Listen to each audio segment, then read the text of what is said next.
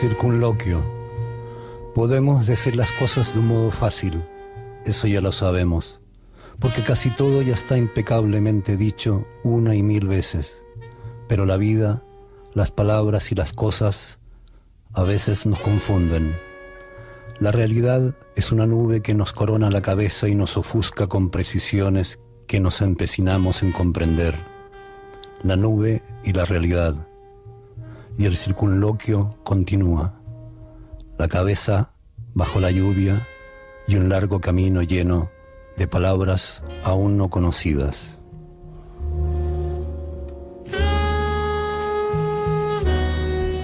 Acaban de escucharlo, el Festival Soñar ha hecho posible que podamos tener en Zaragoza a Bruno Montané, uno de los poetas chilenos más relevantes, que llega además justo cuando la editorial Candaya publica El Futuro, una recopilación de su poesía entre el año 79 y el 2016. Poeta infrarrealista, en su obra destaca la capacidad de suscitar emociones, con una poesía anclada en la realidad más cotidiana, que no esquiva a temas sociales y políticos. Y nosotros, gracias a Candaya, tenemos esta noche en el estudio a Bruno Montané. Bruno, muy buenas noches, bienvenido. Hola, buenas noches, Ana. Encantado de tenerte aquí. Gracias por la invitación.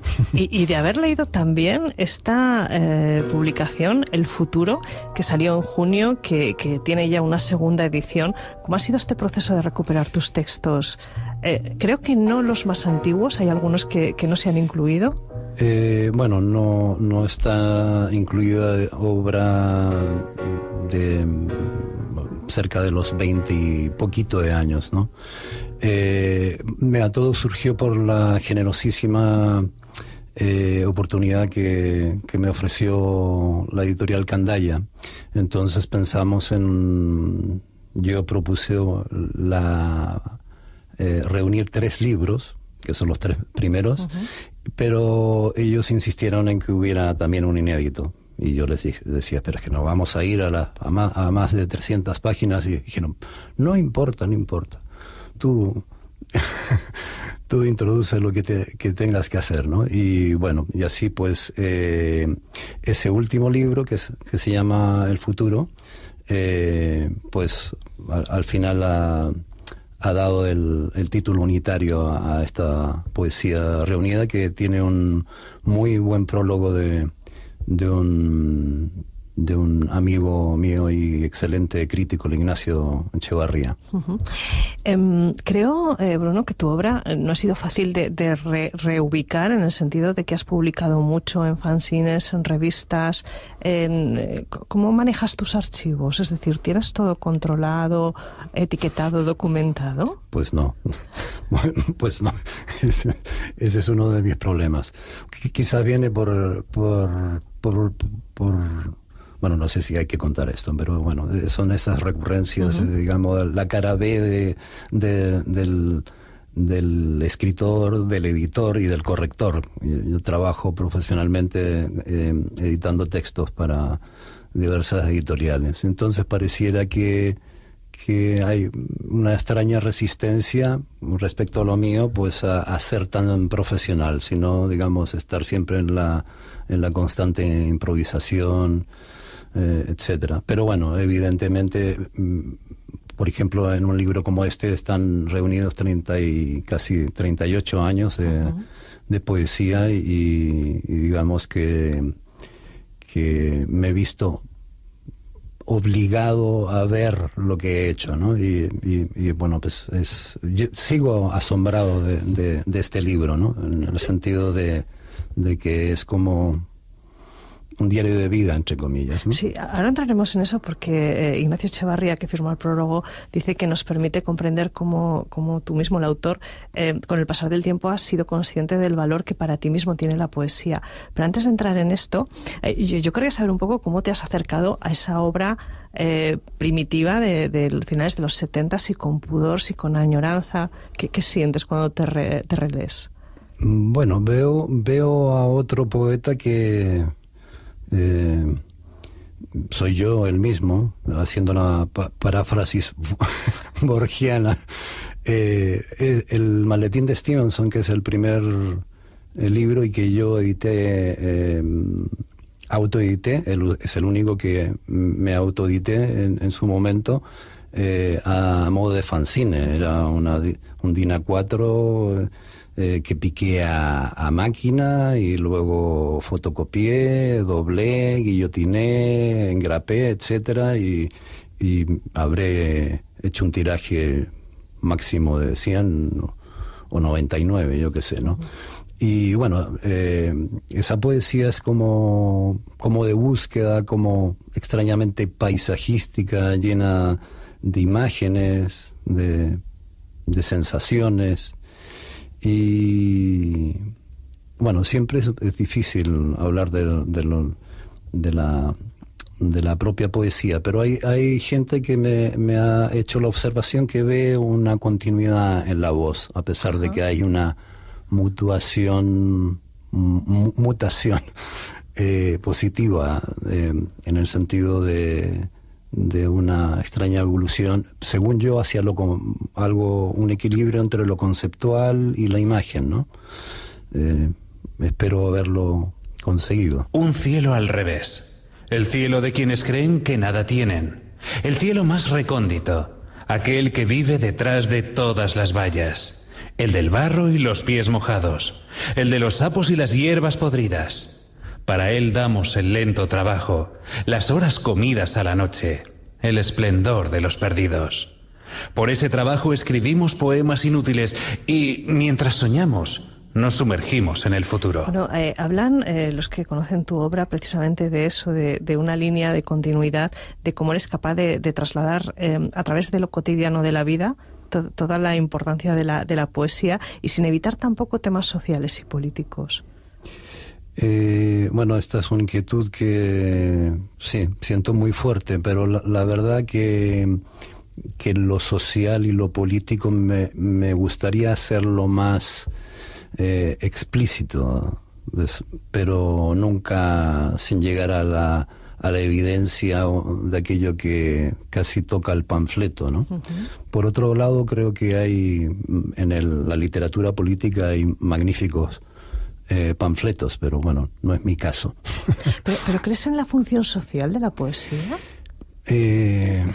Bueno, no sé, yo creo que podemos decir algo tan general y tan existencial como que pues nada humano no es ajeno, por lo tanto, de algún modo, siempre es social. Uh-huh. Hasta el poema más hermético, de algún modo, está apuntando a algo que puede concernirle a más de una persona, ¿no? Claro.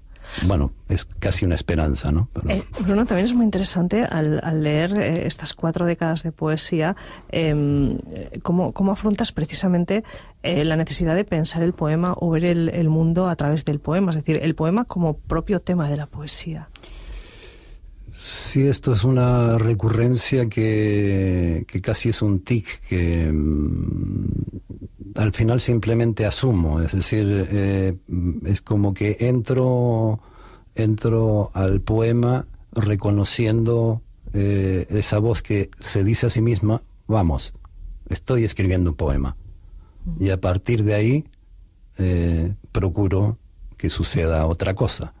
Porque es evidente, bueno, para el lector debe decir, a ver, este tío que me está diciendo, que escribe un poema, es evidente que no, pero se trata de hacer algo con aquello y llevarlo a otro plano, ¿no? Uh-huh. Hablando de planos, vamos a hablar de los títulos, porque son títulos muy sugerentes que yo no sé si nacen antes, después. Nacen antes. A veces inmediatamente antes, y otras veces hago una lista, digamos, que son títulos así como, ¿no? Es decir, la sentencia ¿no? o la idea del título, pues en el momento de elegir, uh-huh. Voy a escribir un poema y voy a esa lista y según, supongo, por una especie de iluminación o tic o hipo psíquico de ese momento, digo, este es el título para el poema que tengo que escribir en este momento, ¿no? Es un poco, sí, una modesta cocina literaria, digamos. Primero debemos contradecirnos, luego temblar y más tarde sacar conclusiones. El ensayo habla sobre lo que prometía la razón y su terrible encanto, el equilibrio deseable que lucha contra la violencia de los privilegios, la fuerza de la profundidad que anota el color de los latidos sentidos en la palma de la mano, el sistema euclidiano y la expansión fractal, las súmulas desempolvadas que no nos salvan del viejo suicidio inducido. Primero hay que recordar y luego asumir el callado saber de la luz de los días. El ensayo final es el recurso del exiliado interior. Volver los bolsillos del revés es parte de la silenciosa tarea. No tenemos nada, nada nos pertenece, pero seguimos fieles a la cordura. Sócrates, Hildegard, von Wigen y Pascal se dan la mano. A lo lejos, el cielo ruge.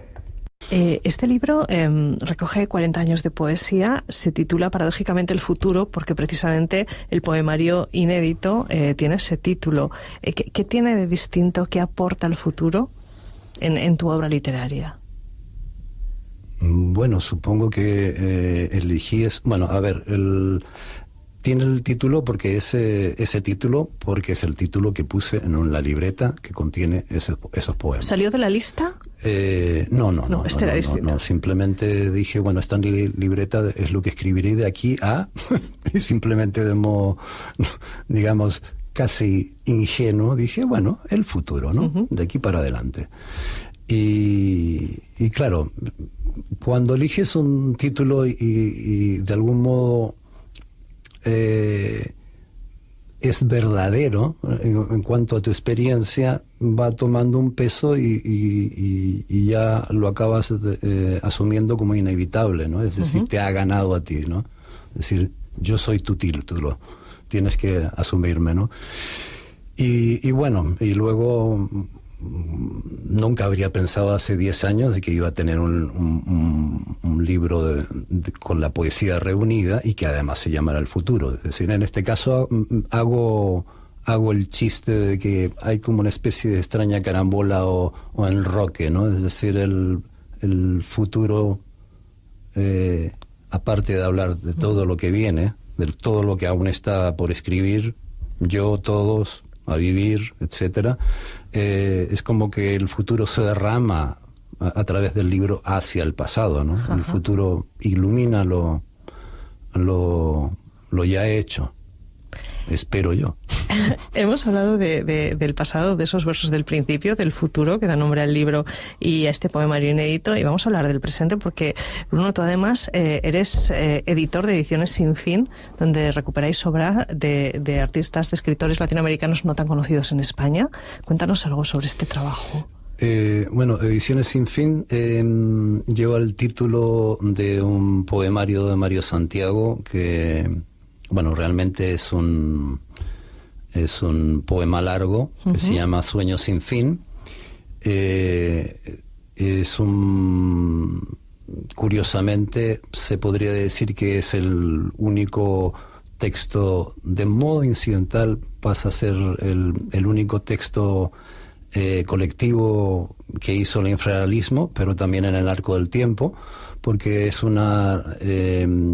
Roberto Bolaño y yo hicimos una primera selección de un material que había escrito Mario Santiago y que había dejado desperdigado, disperso por todos los libros que se pedía prestados uh-huh. y escribía en las portadillas y en las páginas en blanco de los libros. Y entonces nosotros hicimos un montaje con esos textos y luego, después de unos años, le dimos este montaje a él, lo piqué yo, y luego, casi 30 años después, vinieron, tuve unas fotocopias con ese texto, y vimos que Mario ya estaba muerto, Roberto también, uh-huh. Vimos que Mario había seguido escribiendo el poema, pues había respetado la linealidad de nuestro montaje hecho por Roberto y yo, y luego había seguido abundando, ¿no? Inyectando versos aquí y allá, y publicamos ese primer libro que resultó ser como el comienzo de todo, ¿no? Y desde entonces el proyecto hemos conseguido que se autofinancie, uh-huh. no ganamos para sostener ningún tipo de economía salvo la de la propia editorial. Los libros pagan los libros, y hemos editado más poetas también infrarrealistas, del grupo infrarrealista, y también de una vanguardia peruana que es anterior, de los años 60, comienzo de los 70, que se llama Hora Cero, que fueron un poquito los tíos literarios inspiradores de los poetas infrarrealistas, ¿no? Y ahí editamos a poetas como Carmen Ollé, Tulio Mora, Jorge Pimentel. También hemos editado a Osvaldo Lamborghini, novelista argentino. También Néstor Sánchez, también argentino. Editamos el libro de mi madre, que era pintora y se había propuesto escribir un libro de poemas que le salió magnífico, que escribió entre el año 83-85, que se llama La curvatura de la manzana. Y ahora, hace poco, hemos editado una antología de Mario Santiago también. Hay visiones, rostros, gestos flexibles calculados en la noche centrífuga. Sus lentos o vertiginosos esbozos se suceden como la química de la tinta y la luz en el vértice modesto y genial de los retratistas y fotógrafos. Las imágenes se deben al ritmo del aliento y a su modo de variar el sistema de los hallazgos, la intensidad de sus miradas. Rostros que hablan y muestran su natural proclividad por la palabra y sus innumerables debilidades por la muerte y su lógica impensable. Retratos que la vida y la inteligencia repiten hasta encontrar la incombustible cifra y su humana perfección. Ediciones Sin Fin, donde están estos autores que pueden consultar, pero absolutamente recomendable la edición que Candaya ha hecho de la poesía de Bruno Montané. Bruno, ha sido un placer de verdad tenerte aquí y leerte. Si te parece, te podemos pedir terminar con otro poema tuyo. Vale, el que tú quieras, dentro sí, del libro, de estos 40 años de trabajo. Hemos ido escuchando algún otro a lo largo de esta conversación, a los que ha puesto la voz Rafa Moyano, pero ya saben que la poesía siempre hay que escucharla leída por el autor. Bruno, cuando quieras. El grafómano y el vampiro. Te veo elucubrar, te percibo sacando conclusiones. Te miro mientras asistes a la creación de tus imágenes. Pergeñas tu leve obra. Veo que nervioso respiras mientras escribes tus largas frases, tus testimonios de una mente volátil y quizá tocada por una rara gracia. Garrapateas versos que a mí tan solo me parecen venas, translúcidos caminos en los que se mueve una energía que desconozco, pero que me es necesaria. Te miro, te leo, te cuido las espaldas.